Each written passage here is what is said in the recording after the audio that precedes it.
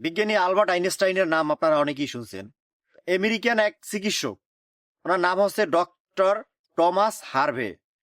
উনি চিন্তা করলেন যে আলবার্ট আইনস্টাইনের মাথায় এত বুদ্ধি কিভাবে, মানে এর কারণে যখন আইনস্টাইন মারা যায় তার মগজ সে চুরি করে নিয়ে যায়, চুরি করে নিয়ে পরীক্ষা করে যে আসলে এই মগজের ভিতরে কি আছে, যার কারণে তার মাথায় এত বুদ্ধি।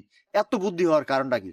আমি তার মগজ পরীক্ষা করব, তার মস্তিষ্ক আমি পরীক্ষা করব, দেখবো এর ভিতরে কি। তো অবাক করা বিষয় আছে, আলবার্ট আইনস্টাইনের মস্তিষ্কের ভিতরে বা তার মগজের ভিতরে যা কিছু আছে একজন সাধারণ মানুষের মাথাও সেম। তখন টমাস হার্ভে চিন্তা করলো যে যেহেতু আমাদের সবাই মস্তিষ্কে একই জিনিস আছে, তাহলে আইনস্টাইন কেন এত আগানো, আইনস্টাইন এত কিছু কিভাবে মানে সৃষ্টি করে। এরপর তিনি যেটা বললেন সেটা হলো আমাদের চিন্তা ধারাই আমাদের অনেক কিছু করতে শিখায়।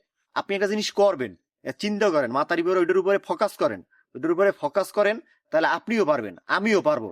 আমরা এক চিন্তা করতে পারি না ওই রকমের, এবং একটা বিষয়ের উপরে ওই রকমের ফোকাস করাইতে পারি না। যখন এরা কাজ করব তখন ওই সাবজেক্টটা ব্যতীত আমাদের ভিতরে আরো নানান চিন্তা আসা যায়, আমাদের মানে চিন্তার ধরনটা পরিবর্তন হয়ে যায়। কিন্তু ওইটা না করিয়া যখন আমি যেই কাজটা করব ঠিক ওইটার উপরেই যদি আমি ফোকাস করি, তাহলে আমিও সফল হইতে পারবো আইনস্টাইনের মতো।